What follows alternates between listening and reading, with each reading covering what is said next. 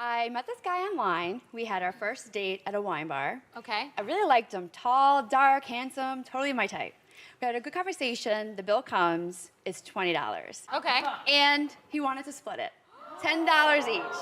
Hey guys, and welcome back to YTNews. In today's video, we'll be taking a look at some of the times feminists got destroyed on TV. But first, we need you guys to drop a like on the video and subscribe to the channel for more videos like this and much more. Hit that bell icon too so you get notified every time we upload a brand new video. But for now, let's just get right into this. Here we have a clip of a feminist saying that the air conditioning is sexist and that the temperature is regulated to be comfortable to males and not females. This woman apparently can't read social cues because she fails to realize that the reporter is mocking and making fun of her. There it was. There I was thinking it was just me that had a problem, but it turns out it's the air conditioning that's sexist. I know. So many women in our office have the exact same problem. You know, we just sit there absolutely freezing at our desks trying to type. You can probably tell I've got a cold right now, which I blame all on the AC. And so it's just so actually quite nice to see this research. It's just such a relief to know that there's actually proof that this is happening, that women, you know... You can't get more ridiculous than this. This woman actually thinks that AC favouring males is a top priority issue. So much so, she felt the need to go on Sky News and get interviewed on her beliefs. Do feel the cold more than men, and that the AC in offices is normally regulated more for a male's temperature than a woman's. And it's an explanation for these constant battles you'll see in offices right across the country between the sexes for control of that office thermostat. Yeah, exactly. And I think, you know, one of the biggest problems is that often in offices, it is men who control temperatures. You know, that's just something I've found anecdotally. And because majority of the men in offices seem to be absolutely fine with the temperatures, you know, women kind of just sit there on the corner feeling absolutely frozen.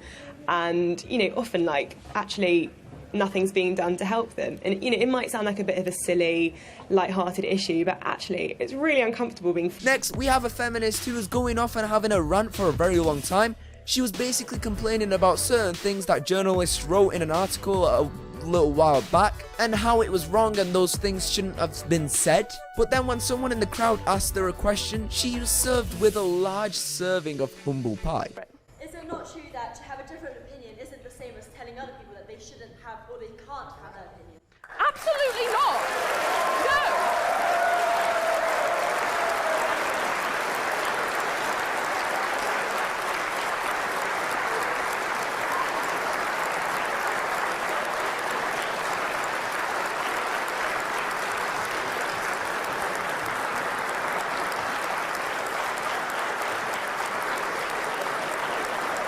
The crowd went crazy. They were in agreement with the audience member. They were even clapping and cheering. The feminist, though, was less than pleased, as you would expect. She had an extremely sour look on her face, and she clearly wasn't happy that she got owned. This feminist got extremely triggered when a male news anchor poked fun at the fact that feminists get offended very easily. The funny part, however, is that she proved his point. As soon as the anchor finished his joke, this woman started going crazy, even threatening not to come back on his show. Really have a right to be treated respectfully. We are unfortunately running out of time, but Peter, I just want to get one final thought from you. Are there words that are used to describe men that offend you? Not particularly, and if there are some I don't like, I certainly wouldn't want them banned. But it always goes back to that old adage: sticks and stones may break my bones, but there will always be something to offend a feminist. Peter, Well, no, that's just obnoxious. Peter Sorry, Lloyd, you have to give me a I think chance we'll to let you respond to carry that. on this That is discussion. ridiculous. No, hang on, I won't do your show again if you don't let me respond Go to on, that. Kate, have a word. Come on, that's... If you think the anger ended there, well, you would be wrong. She kept on rambling and yelling at this news anchor, saying things like, "How dare you? How dare you?" And she beautifully just keeps getting offended, and it's just truly just...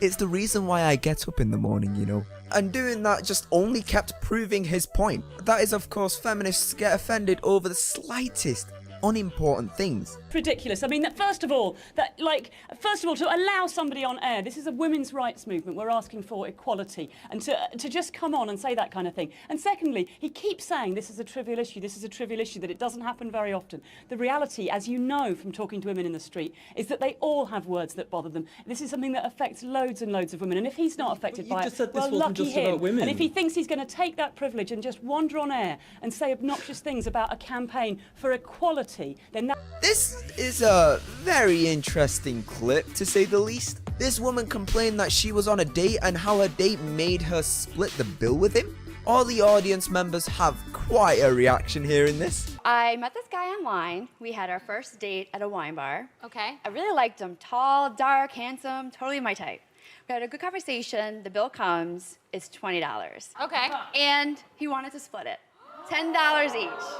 Of all things, this is probably the most pettiest thing.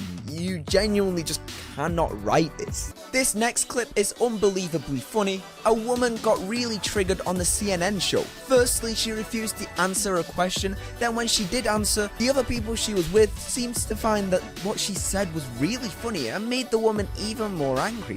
Wait a minute. No.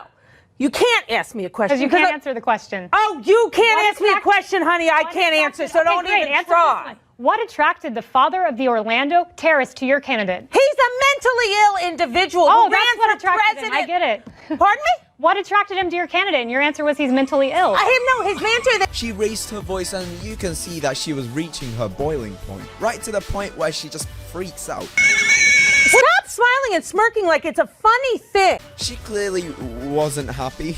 She was just angry by the looks on everyone's faces. This woman was literally on the verge of turning green.